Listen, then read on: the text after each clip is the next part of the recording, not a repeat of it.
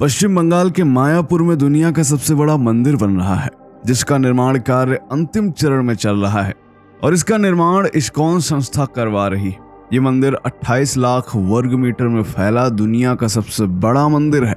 दोस्तों, अभी तक आप दुनिया के सबसे बड़े मंदिर के रूप में कंबोडिया के अंकोर वाट मंदिर को जानते हैं, जो लगभग 16 लाख वर्ग मीटर में फैला हुआ है। पहले हम कहते थे कि दुनिया का सबसे बड़ा हिंदू मंदिर भारत में नहीं है बल्कि कंबोडिया में है, परंतु अब यह कोई नहीं कह सकेगा कि दुनिया का सबसे बड़ा मंदिर भारत में नहीं है। प्राप्त जानकारी के अनुसार मायापुर में बन रहा यह विशाल राधा कृष्ण मंदिर अगले साल 2024 में पूरी तरह बनकर तैयार हो जाएगा। मंदिर की लागत की बात करें तो ये 1000 करोड़ के आसपास है। मंदिर को लेकर सोशल मीडिया पर काफी हलचल मची हुई है। कुछ लोग इस मंदिर के बनने से खुश हैं तो कुछ लोग कमियां निकाल रहे हैं और कुछ लोग तो और भी 2 कदम आगे की बात कर रहे हैं। भारत का पैसा विदेश में जा रहा है। वो लिख रहे हैं कि इस्कॉन मंदिर का सारा पैसा अमेरिका जाता है। तो दोस्तों, क्या ये बात सही है? क्या इस्कॉन एक अमेरिकन संस्था है? क्या भारत से इसका कोई लेना देना नहीं है, बस सिर्फ लूटने के लिए ये भारत आए हुए हैं? क्या इस्कॉन हिंदू धर्म से पूरी तरह अलग है? आज के वीडियो में यह सब विस्तार से जानेंगे और पूरे फैक्ट्स के साथ। तो दोस्तों, बने रहिए हमारे साथ वीडियो के अंत तक और कमेंट में जय श्री कृष्ण जरूर लिखें। नमस्कार, स्वागत है आप सभी का आज साइंटिफिक हिंदू पर और मैं हूं आपके साथ आपका दोस्त धीरेन्द्र। क्योंकि बात मंदिर को लेकर शुरू हुई है, इसलिए इस्कॉन पर बात करने से पहले मायापुर इस्कॉन मंदिर पर बात करते हैं। दोस्तों, जैसा कि हम पहले ही बता चुके हैं कि मायापुर में बन रहा राधा कृष्ण मंदिर 1000 करोड़ रुपए की लागत से बन रहा है। इस मंदिर के चेयरमैन हैं अल्फ्रेड फोर्ड, जो कि अमेरिका की सबसे बड़ी कार कंपनी फोर्ड के मालिक हैं।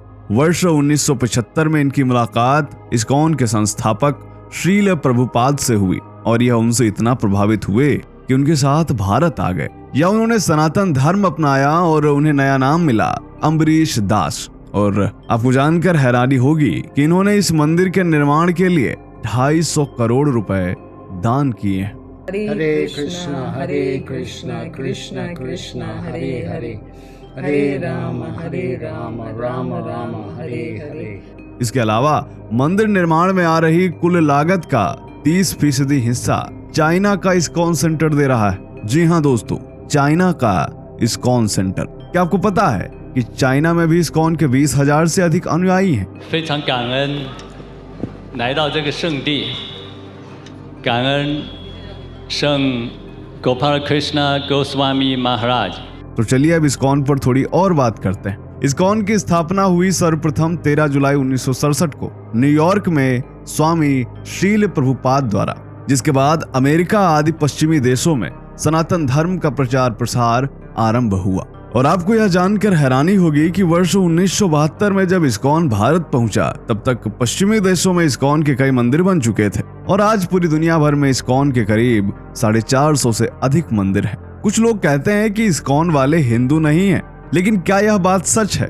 इसके लिए इस्कॉन के 4 मुख्य नियम क्या हैं? यह जानने के बाद यह भ्रम भी दूर हो जाएगा। जी हाँ दोस्तों, तप, शौच, दया तथा सत्य मुख्यतः सनातन धर्म के यही 4 स्तंभ हैं और इस्कॉन वालों को इन 4 नियमों को कड़ाई से पालन करना होता है। तप अर्थात किसी प्रकार का नशा नहीं, चाय या कॉफी भी नहीं। शौच यानी अवैध स्त्री या पुरुष गमन नहीं, यानी गर्लफ्रेंड बॉयफ्रेंड का कोई कल्चर बिल्कुल नहीं। भगवान राम की तरह एक पत्नी व्रत। दया यानी सभी प्राणियों पर दया करना, मांसाहार बिल्कुल नहीं, लहसुन प्याज भी नहीं। सत्य अर्थात सत्य के साथ चलना, जुआ सट्टेबाजी से दूर रहना, यहाँ तक कि शेयर बाजार की भी मनाही है। 4 नियम: no meat eating, no gambling, no intoxication, no illicit sex. अब आप स्वयं समझ सकते हैं कि इस्कॉन के अनुयायी सच्चे सनातनी हैं अथवा नहीं। और यही नहीं, इस्कॉन के मानने वाले सुबह ब्रह्म मुहूर्त में ही उठ जाते हैं। प्रत्येक इस्कॉन मंदिर में सुबह 4:30 बजे मंगल आरती की जाती है, जिसमें सभी भक्त आवश्यक रूप से शामिल होते हैं। तो दोस्तों, यह तो रहा इस्कॉन का संक्षिप्त परिचय। अब बात करते हैं कि क्या इस्कॉन द्वारा भारत का पैसा अमेरिका जाता है अथवा नहीं। तो दोस्तों, इस्कॉन एक अंतरराष्ट्रीय संस्था है जिसका किसी भी देश विशेष से संबंध नहीं है।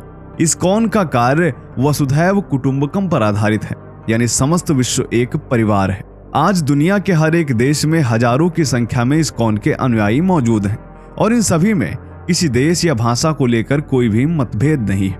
इस्कॉन संस्था अकेले भारत में ही लगभग 50 लाख लोगों को रोजाना भोजन देती है। भारत के लगभग 7 राज्यों में मिड डे मील योजना के अंतर्गत इस्कॉन संस्था सभी स्कूलों में बच्चों को दोपहर का भोजन देती है। इसके अलावा इस्कॉन संस्था कई और समाज कल्याण के कार्य भी करती है और आप सबने प्रायः इस्कॉन के इन कार्यों को देखा भी होगा। अब जरा विचार कीजिए कि यदि इस्कॉन को भारत का पैसा अमेरिका भेजना होता तो वह यहाँ पर इतना खर्चा क्यों करते। अब सवाल उठता है कि आखिर श्रील प्रभुपाद ने इस्कॉन की स्थापना ही क्यों की, डायरेक्टली हिंदू धर्म का प्रचार क्यों नहीं किया। तो दोस्तों, आप सब जानते ही हैं कि भारत देश 200 वर्ष तक अंग्रेजों का गुलाम रहा। साथ ही मैकाले शिक्षा पद्धति ने भारतीयों को संस्कार विहीन कर दिया। हम लोग अंग्रेजों की नकल करने में आज भी अपनी शान समझते हैं। हालांकि हिंदू समाज अब जागृत हो रहा है, परंतु फिर भी आधुनिकता के नाम पर ज्यादातर लोग वेस्टर्न कल्चर पर गर्व करने लगे। देश आजाद होने के बाद भारतीय लोगों में यह प्रवृत्ति तेजी से बढ़ती हुई दिखाई दी।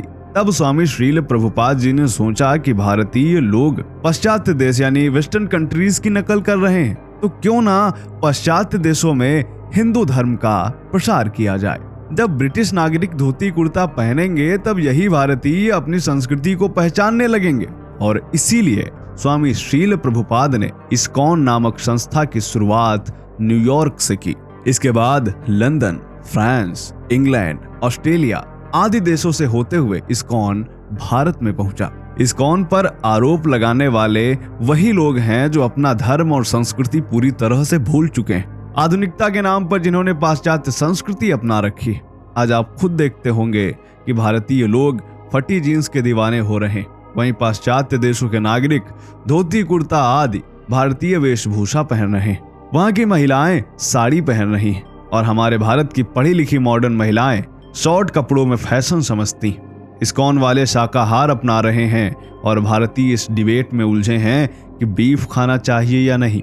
वे लोग सुबह शाम आरती पूजा पाठ कर रहे हैं और भारतीय पढ़े लिखे मॉडर्न लोग पूजा पाठ को अंधविश्वास बता रहे हैं। उम्मीद है अब आप अच्छे से इस्कॉन का अर्थ समझ गए होंगे। यदि एक वाक्य में कहें तो इस्कॉन वाले ही सही मायने में सच्चे सनातनी हैं, जो भारत से निकलकर पूरी दुनिया में हिंदू धर्म की महत्ता को प्रसारित कर रहे हैं। आपके क्या विचार हैं इस्कॉन पर, कमेंट जरूर करें। मिलते हैं आपसे अगले वीडियो में, तब तक के लिए जय हिंद, जय भारत, वंदे मातरम।